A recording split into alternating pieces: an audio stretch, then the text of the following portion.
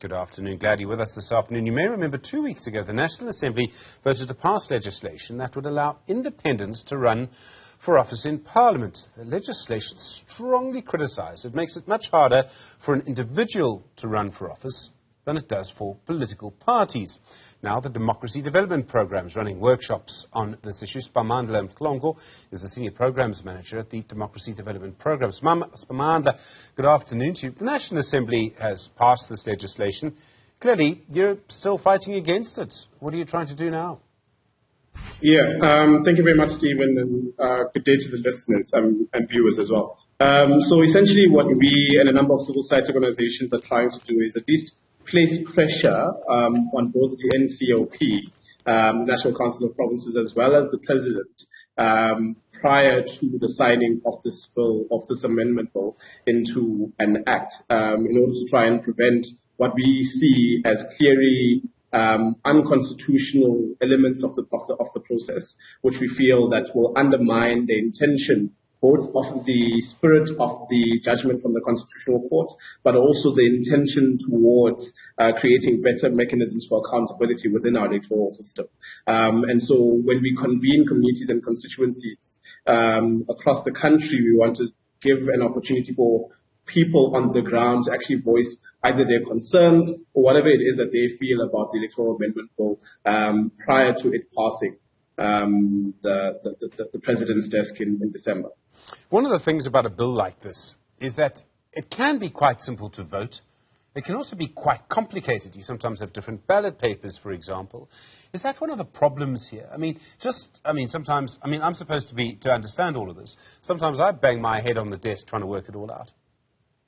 I think that's essentially part of the work that we're trying to do, that in trying to publicize the campaign around electoral reform, we also try and create mechanisms for greater civic education. So building in systems that will start to teach people how this would actually work in practice. We do understand it is quite complicated, and the other side of it is quite complicated as well, and we feel to some extent that Parliament and the legislatures have not been willing to engage with the complexity, because even for them, the work that comes to either calculating seats when it comes to who gets allocated what number of seats, or to what extent does us messing about with this formula mean insofar as representation is concerned, and what the ultimate seat arrangement will be at National Assembly as well as the NCOP. We feel that's some of the complexity, but it's important for us to engage with it nonetheless.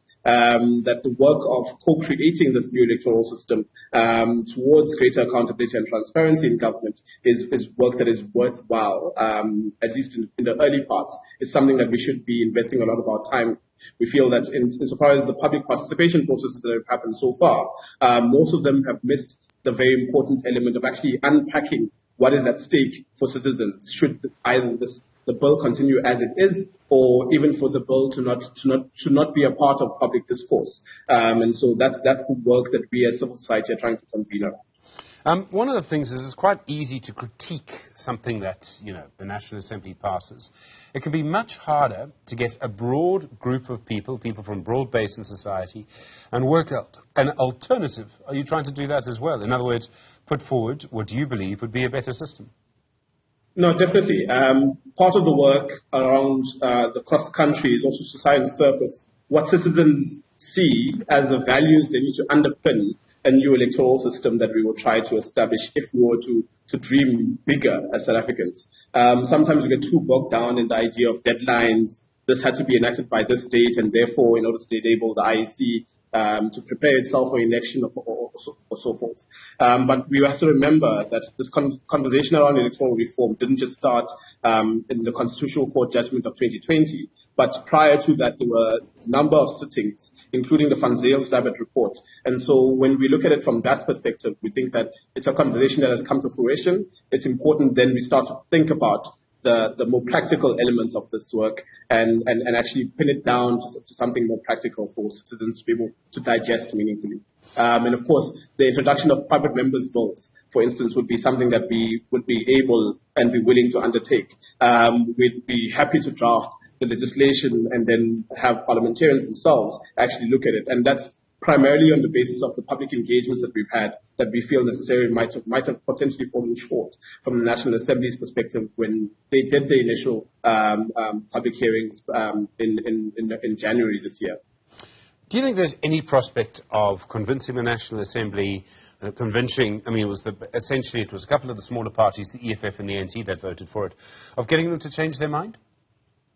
The unfortunate part about this is that given that the National Assembly itself has passed this bill, the likelihood of the NCOP going against the work of the National Assembly is very limited.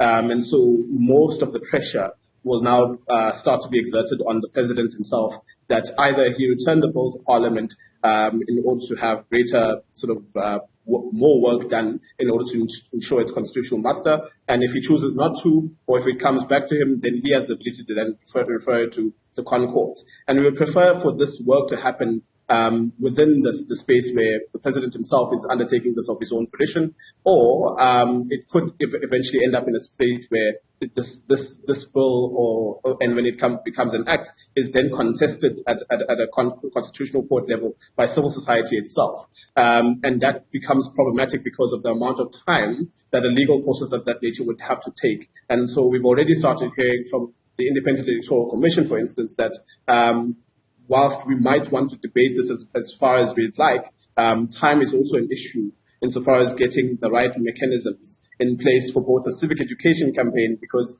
with the introduction of a new electoral system, a new way of voting, a new way of forming the National Assembly, the work would have to go into explaining to citizens, who are you voting for? Why am I receiving this many ballots? What does it mean in terms of my voice and my representation in Parliament? But it also means, insofar as the own internal staff training and rearrangement of the internal mechanisms of the Independent Electoral Commission, that work needs to be done, and done without being rushed, as well as we had seen some of the issues that had come up in 2021 with local government elections being somewhat chaotic given the limited timelines that they had to prepare for the elections. We'd like to prioritize this work before it gets taken to litigation by civil society, and that litigation is something that civil society will undertake genuinely, but more so we'd like for Parliament and government in the form of the President to resolve this before it gets to that point. Sphamandla, I'm not a betting man, and if I was, I would have lost money on Pirates this weekend. But I would put money on the fact that if you look at everything together, we're probably going to have the 2024 national and provincial elections under the previous system that we've used for the last 20 years. Rightly or wrongly, the Constitutional Court will be put in a position whether it can either allow elections under the old system in contravention of its own order, or whether to stop elections. And faced with that choice, it will have to let us have elections under the old system.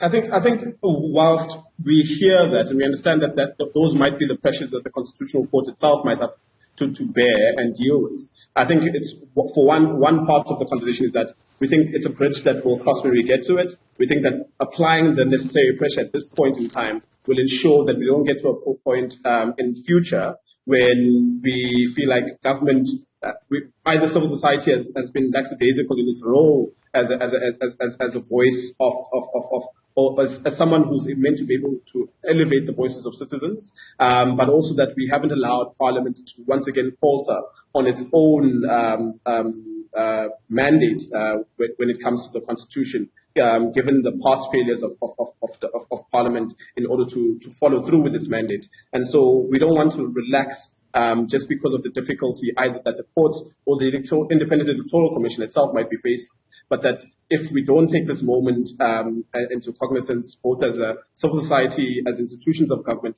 but also just as a general citizenry, we might miss the boat. And so even if the Constitutional Court were to be put under pressure that you speak of, we'd still be in a better position having researched, having engaged the public post-2024 to start to work better at ensuring that our electoral reform conversation is at a much more advanced stage than we were if we were to leave it and say, because it's not going to happen for the next election, we just won't do anything about it now.